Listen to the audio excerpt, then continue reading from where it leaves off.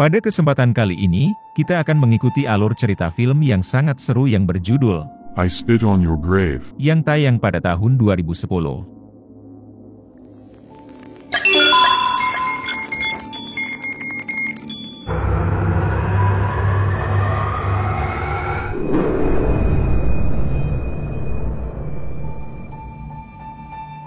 Film dibuka dengan menampakkan gambar seorang gadis bernama Jennifer Hills, yang sedang mengendarai mobilnya seorang diri, menuju ke jalan luar kota. Jennifer Hills yang berprofesi sebagai penulis ini, berhenti di sebuah tempat untuk mengambil kunci kabin pesanannya kepada seorang bapak tua, untuk ia bisa menyendiri menulis buku terbarunya. Bapak tua yang sudah ia hubungi sebelumnya itu, kemudian memberinya kunci, dan sebuah peta tempat kabin pesanan Jennifer berada. Setelah mendapatkan peta dan kunci pesanannya, Jennifer kemudian melanjutkan perjalanannya. Di sebuah SPBU, Jennifer bertemu dengan 3 orang pria, dan bertanya kepada salah satu pria yang bernama Johnny, kemana arah Mockingbird Trail, seperti yang tertera di peta, yang diberikan oleh bapak tua sebelumnya. Setelah mendapatkan petunjuk arah dari Johnny, Jennifer kemudian melanjutkan perjalanannya. Singkat cerita, sampailah Jennifer ke kabin tempat ia akan menghabiskan waktu sementara, sambil ia mempersiapkan novel terbarunya. Kabin yang terbuat dari kayu itu terletak di tengah hutan, dengan pemandangan danau di depannya. Keesokan harinya, saat Jennifer tengah bersantai di tepi danau sambil menulis, ia mendengar sesuatu yang mencurigakan di seberang danau. Namun ia kemudian tersenyum, karena ternyata hanyalah seekor bangau yang tengah mencari mangsanya di tepi danau. Malam harinya, saat Jennifer menerima telepon dari seorang teman, tiba-tiba ia mendengar suara mencurigakan, yang datangnya dari sebuah gudang, yang letaknya tidak jauh dari kabin tempat Jennifer menginap. Ketika Jennifer masuk ke dalamnya, ia tidak menemukan apa-apa, kecuali hanya seperangkat perkakas. Saat hendak kembali melanjutkan menulis, secara tidak sengaja Jennifer menjatuhkan gelas minuman sehingga baju dan celananya terkena noda anggur. Ketika ia membersihkan baju dan celananya, ternyata ada seseorang yang merekam semua gerak-geriknya secara diam-diam. Pagi harinya, saat Jennifer berolahraga, ia menemukan sebuah pondok di tengah hutan, yang kosong dan terbengkalai. Setelah melihat ke dalam, mulai timbul rasa takut di benak Jennifer, sehingga ia segera meninggalkan tempat itu. Sepulang dari berolahraga, Jennifer berniat untuk membersihkan diri, namun air yang keluar dari wastafel sangat kotor. Selain itu, kloset di kabin tempatnya menginap juga tidak bisa digunakan, sehingga Jennifer terpaksa menghubungi bapak tua pemilik kabin, untuk segera membantunya mengatasi masalah ini. Namun sialnya, setelah selesai menelpon, justru handphone milik Jennifer terjatuh ke dalam kloset. Meski Jennifer sudah berusaha untuk mengeringkannya, namun handphone tersebut sudah tidak bisa digunakan kembali. Tidak lama kemudian, pemilik kabin mengutus seorang mekanik bernama Matthew, untuk membantu Jennifer memperbaiki pipa saluran air bersih di kabin itu. Meski Matthew ini memiliki keterbelakangan mental, namun ia sangat cakap dalam bekerja, sehingga tidak membutuhkan waktu lama baginya untuk bisa memperbaiki permasalahan pipa itu. Untuk hasil kerjanya itu, Matthew mendapatkan ciuman dari Jennifer. Oh, thank you. Adegan kemudian berpindah ke kegiatan Johnny dan kedua orang rekannya, yakni Andy dan Stanley, yang sedang memancing di pinggir sungai. Tidak lama kemudian, datang pula Matthew yang juga bergabung dengan membawa pancingan, yang ternyata juga merupakan kawan dari mereka. Stanley yang saat itu membawa handycam, kemudian memperlihatkan sebuah rekaman video kepada Johnny dan Andy, yang ternyata berisi rekaman video saat Stanley memata-matai Jennifer. Ketika Matthew bercerita bahwa dirinya baru saja dicium Jennifer, ketiga temannya itu justru mentertawakannya, dan justru menuduh Matthew hanya menghayal saja. Malam harinya, karena belum juga menemukan inspirasi untuk melanjutkan penulisan novelnya, Jennifer kemudian mengambil sebatang rokok ganja yang ia bawa dari kota, dan menikmatinya hingga ia tertidur. Ketika bangun, Jennifer mendengar ada yang melempar sesuatu di pintu dapurnya. Saat ia mendekat, ternyata ada bangkai burung kecil di depan pintu. Jennifer juga mendengar suara-suara aneh dari arah gudang, sehingga ia pun berjalan ke arah gudang dan mengunci pintu gudang. Ketika masuk kembali ke dalam rumah, Jennifer menjadi sangat terkejut, karena ada foto Johnny, Andy, dan Stanley di layar laptop milik Jennifer. Tidak lama kemudian, muncullah ketiga pemuda itu, yang tiba-tiba masuk ke dalam rumah. Disinilah kemudian ketiga pemuda tersebut mulai melecehkan Jennifer, dan meminta ia melakukan apapun yang mereka mau. Hingga kemudian Jennifer mendapat kesempatan untuk melarikan diri.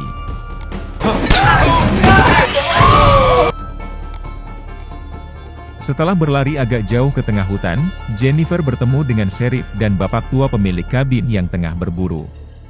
Kepada Sheriff, Jennifer kemudian menceritakan tentang apa yang telah ia alami. Sang Sheriff kemudian meminta kepada bapak tua untuk pulang, sedangkan ia bersama Jennifer kembali ke rumah itu. Sesampainya di sana, Sheriff tidak menjumpai seorang pun di dalam rumah itu. Ia justru menemukan sisa rokok ganja yang sempat dipakai Jennifer, dan beberapa botol minuman keras di lemari. Sang Sheriff justru berbalik menuduh Jennifer sedang berhalusinasi, akibat ganja dan minuman keras yang sempat dipakai Jennifer. Sheriff kemudian meminta Jennifer berdiri menghadap dinding, dan menggeledah seluruh tubuh Jennifer. Tidak lama kemudian, muncullah Johnny dan ketiga orang kawannya, yang ternyata mereka adalah satu komplotan dengan Sheriff. Bahkan bisa dikatakan, Sheriff-lah yang menjadi pemimpin mereka selama ini. Johnny kemudian mulai memerintahkan Matthew untuk mendekat, dan bersenang-senang dengan Jennifer. Namun karena sebenarnya Matthew adalah pemuda berhati baik, tentu saja ia menolak perintah Johnny itu. Karena Matthew tetap menolak, dan bahkan ia akan pergi dari tempat itu, Johnny kemudian mengancam akan membunuh Jennifer, bila Matthew tidak segera menuruti perintahnya.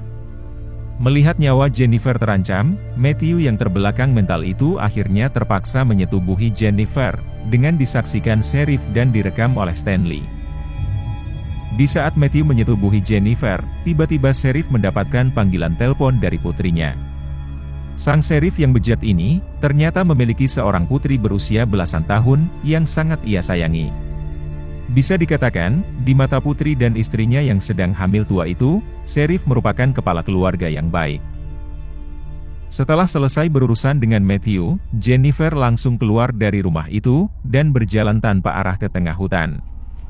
Baginya, yang penting pergi menjauh dari tempat itu, meski ia tidak tahu dan tanpa sadar akan berjalan ke arah mana. Namun ternyata, kepergian Jennifer juga diikuti oleh Sheriff, Johnny, dan kedua orang kawannya. Di hutan itu, Jennifer kembali mendapatkan perlakuan biadab dari keempat orang itu, secara bergilir. Setelah mendapatkan kesempatan berdiri, dengan sisa-sisa tenaga yang ia punyai, Jennifer kembali berjalan tanpa arah dengan tanpa mengenakan pakaian, sambil diikuti oleh keempat orang yang telah berbuat keji kepadanya. Mereka bahkan sambil tertawa, berjalan mengikuti Jennifer dari belakang. Saat berada di tengah jembatan, Jennifer langsung melemparkan tubuhnya ke atas sungai di bawah jembatan. Keputusan Jennifer ini, langsung membuat Sheriff dan ketiga pemuda berandalan itu terkejut, karena tubuh Jennifer tiba-tiba menghilang, seakan ditelan arus sungai di bawahnya. Setelah beberapa lama menunggu di atas jembatan, dan tubuh Jennifer tidak juga terlihat, Sheriff terlihat mulai panik karena khawatir Jennifer masih hidup. Karena itu, Sheriff kemudian memerintahkan Johnny, Stanley, Andy, dan Matthew, untuk mencari Jennifer hingga ditemukan, serta membakar semua barang-barang yang berhubungan dengan Jennifer. Selain itu, Sheriff juga memerintahkan Johnny untuk membongkar setiap bagian dari mobil milik Jennifer, dan memusnahkannya. Sang Sheriff juga merampas kartu memori yang tersimpan di handycam Stanley, dan menginjaknya sampai hancur, karena itu merupakan barang bukti yang memperlihatkan kejahatan mereka. Keesokan paginya, Sheriff datang ke tempat bapak tua pemilik kabin, dan mengembalikan kunci rumah tempat Jennifer menginap. Sang Sheriff mengatakan bahwa Jennifer telah pergi, dan ia menemukan botol-botol minuman, dan rokok ganja yang dikonsumsi Jennifer. Sementara itu, setiap hari Matthew dihantui oleh perasaan bersalah karena telah berbuat jahat kepada Jennifer. Ia teringat bagaimana Jennifer telah menciumnya, namun ia justru berbuat keji kepada gadis itu, karena Matthew tidak memiliki kekuatan untuk melawan perintah Sheriff dan kawan-kawannya. Beberapa hari telah berlalu sejak peristiwa biadab yang menimpa Jennifer, Namun keberadaan Jennifer tidak juga ditemukan, meski keempat pemuda itu telah mencarinya setiap hari, secara bergantian. Hingga suatu malam, Sheriff mendapatkan telepon dari bapak tua pemilik kabin, yang mengatakan bahwa dirinya baru saja ditelepon oleh kawan Jennifer dari kota, yang menanyakan tentang keberadaan Jennifer yang tiba-tiba menghilang, dan tidak bisa dihubungi. Bapak tua itu kemudian menanyakan kepada Sheriff, karena yang ia tahu, Sheriff lah orang terakhir yang melihat Jennifer. Heck, Sheriff, you made it the last one to see her. Pagi harinya, Stanley tiba-tiba berlari menemui Johnny dan Andy, sambil memberitahukan bahwa handycam miliknya tiba-tiba hilang. Stanley juga mengungkapkan bahwa di dalam handycam itu terdapat memori yang berisi rekaman mereka saat berbuat keji terhadap Jennifer. Pengakuan Stanley ini tentu saja membuat Johnny sangat marah, karena ternyata yang diberikan Stanley kepada Sheriff waktu itu hanyalah memori kosong saja. Adegan kemudian berpindah ke rumah Johnny. Di saat pemuda itu sedang asik menonton televisi, tiba-tiba ada seseorang yang melempar sesuatu ke arah pintu rumahnya. Ketika ia melihat keluar, ternyata ada bangkai seekor burung kecil tergeletak di depan pintu. Semula Johnny mengira hal itu merupakan perbuatan iseng dari Stanley dan Andy, namun karena itu dilakukan hingga kedua kalinya, Johnny mulai marah dan mengambil pistol untuk melihat siapa yang telah berbuat iseng kepadanya, tapi ia tidak melihat apa-apa. Saat ketiga kalinya, Johnny terkejut karena yang dilempar ke arah pintu rumahnya merupakan sandal jepit milik Jennifer, yang ia pakai di hari ketika mereka melecehkannya beramai-ramai. Johnny juga menemukan gelang karet yang biasa dipakai oleh Matthew. Sementara itu, keesokan harinya saat Sheriff pulang ke rumah sambil membawa seikat bunga, sang istri memberitahukan bahwa dirinya baru saja menerima sebuah paket yang berisi memori rekaman video, namun ia belum sempat melihatnya. Ketika sang Sheriff melihat paket tersebut, tangannya langsung bergetar. Karena pada memori itu tertulis Stanley Vision, yang tentu saja ia langsung paham, rekaman apa sebenarnya yang terdapat pada memori itu. Sheriff yang sangat marah kemudian mendatangi Johnny, Andy, dan Stanley, yang saat itu sedang membicarakan soal kejadian yang terjadi di rumah Johnny. Sheriff kemudian menuduh Stanley melakukan tindakan yang sangat bodoh, dengan mengirimkan rekaman video tersebut ke rumahnya. Johnny yang melihat Stanley kebingungan, kemudian mengatakan bahwa sepertinya Matthew lah yang melakukannya, karena semalam ia menemukan sandal Jennifer dan karet gelang milik Matthew di depan rumahnya. Siang harinya, Sheriff bertemu dengan bapak tua pemilik kabin untuk berburu bersama di hutan. Namun ketika mereka sedang berbincang, Sheriff tiba-tiba menembak bapak tua itu hingga tewas, karena dia adalah saksi yang mengetahui bahwa Sheriff adalah orang terakhir yang bertemu dengan Jennifer, sebelum gadis itu diberitakan menghilang. Adegan kemudian berpindah ke Matthew, yang sedang melamun di tepi danau. Tiba-tiba ia mendengar suara Jennifer yang sedang memanggilnya dari arah kabin, tempat Jennifer dulu pernah menginap. Saat Matthew masuk ke sana, ia tidak melihat seorang pun di dalam, justru karena gugup ia kemudian terjatuh dari tangga hingga pingsan. Saat Matthew tersadar, ia ternyata sudah berada di bangunan kosong di tengah hutan, yang pernah dilihat Jennifer saat ia berolahraga. Di depan Matthew, terlihat Jennifer sedang duduk di sofa. Jennifer kemudian meminta Matthew untuk berbaring di pangkuannya, dan tiba-tiba menjerat leher Matthew dengan sebuah tali, yang sudah ia persiapkan sebelumnya. Sementara itu, tidak jauh dari bangunan kosong itu, Stanley dan Andy sedang berjalan mencari keberadaan Matthew. Tiba-tiba mereka mendengar suara harmonika yang datangnya dari arah dalam hutan, dan ketika itulah mereka melihat sebuah bangunan kosong di sana. Di saat Andy memeriksa ke dalam, Stanley yang mencari Matthew di bagian luar, kemudian dikejutkan dengan kemunculan sosok Jennifer tepat di depannya. Baru sekali Stanley melangkah ke depan untuk menangkap Jennifer, kakinya langsung terjepit oleh perangkap beruang, hingga tulang kakinya hancur. Andy yang mendengar suara teriakan Stanley, kemudian bergegas keluar untuk melihat keadaan kawannya itu. Namun belum sempat Andy tersadar dengan apa yang terjadi, kepalanya sudah dipukul oleh Jennifer dari belakang, dengan menggunakan tongkat hingga pingsan. Setelah itu, Jennifer juga membuat Stanley pingsan. Setelah tersadar, Andy sudah terikat dengan posisi telungkup di atas bak mandi. Jennifer kemudian mengisi bak mandi itu dengan air, dan mencampurkan bahan kimia ke dalamnya.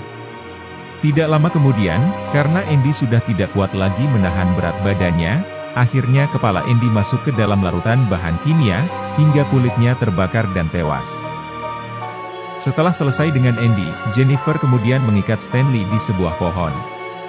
Jennifer lalu menusuk kedua kelopak mata Stanley dengan kail pancing, sehingga tidak bisa tertutup. Setelah itu, Jennifer melumuri tubuh Stanley dengan potongan ikan, dengan maksud untuk mengundang burung gagak yang kemudian mencabik-cabik tubuh Stanley hingga tewas. Apa yang terjadi dengan Stanley direkam oleh Jennifer dengan menggunakan handycam milik Stanley, yang dulu dipakai Stanley untuk merekam perbuatan biadab mereka kepada Jennifer.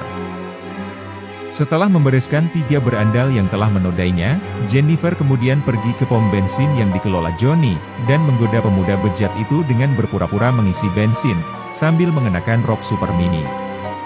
Di saat Johnny tergoda dan menjadi lengah, Jennifer langsung memukul kepala Johnny dengan menggunakan tongkat besi hingga pingsan. Setelah tersadar, tubuh Johnny sudah dalam keadaan terikat kedua kaki dan tangannya, dalam posisi berdiri, dan mulutnya tersumpal. Jennifer juga telah melucuti seluruh pakaian Johnny. Tidak lama kemudian, Jennifer mencabut paksa beberapa gigi Johnny, dengan menggunakan tang. Dan sebagai penutupnya, Jennifer memotong barang paling berharga milik Johnny, dengan menggunakan gunting pemotong rumput, hingga Johnny tewas kehabisan darah.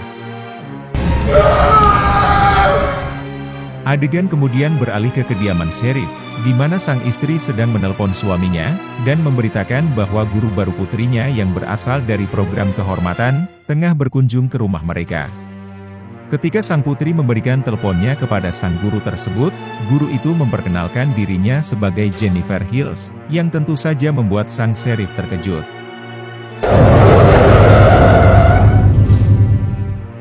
Ketika Sheriff tiba di rumahnya, ia langsung menanyakan keberadaan sang putri kepada istrinya. Saat tahu bila sang putri sedang dibawa guru barunya itu untuk bermain di taman, Sheriff langsung berlari ke arah mobilnya, yang tentu saja membuat sang istri menjadi panik. Sesampainya di taman, Sheriff langsung mencari putri kesayangannya itu, namun ia tidak menemukan seorang pun di sana. Sheriff yang makin panik itu, langsung berlari ke arah mobilnya, untuk segera mencari di tempat lain. Namun ketika masuk ke dalam mobil, Sheriff tidak menyadari ternyata Jennifer sudah duduk di bangku belakang, dan langsung memukul kepala Sheriff hingga pingsan. Saat tersadar, seluruh tubuh Sheriff sudah dalam keadaan terikat, dan ujung senapan laras panjang yang biasa di bawahnya, sudah tertancap di lubang bagian belakang tubuhnya. Jennifer kemudian tanpa ampun, seakan menumpahkan seluruh kemarahannya pada diri Sheriff, dengan makin memasukkan laras senapan itu ke dalam tubuh Sheriff, yang makin membuatnya berteriak kesakitan. Jennifer seakan membalaskan apa yang telah dirasakannya sebelumnya. Jennifer juga meminta Sheriff untuk membayangkan, bagaimana bila putri kesayangannya juga mengalami nasib yang sama seperti dirinya, karena kebiadaban Sheriff dan keempat pemuda berandalan yang telah melecehkannya.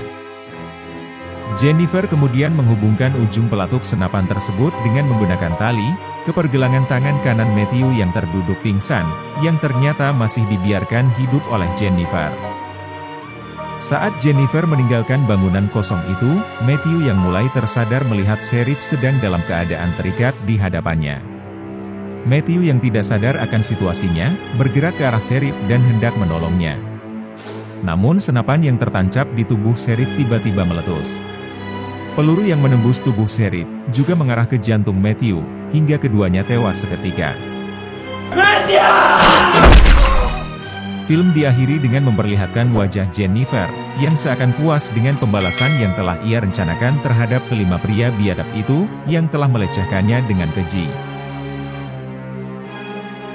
Demikian alur cerita film I Spit on Your Grave yang tayang pada tahun 2010 lalu. Sampai jumpa di alur cerita film berikutnya.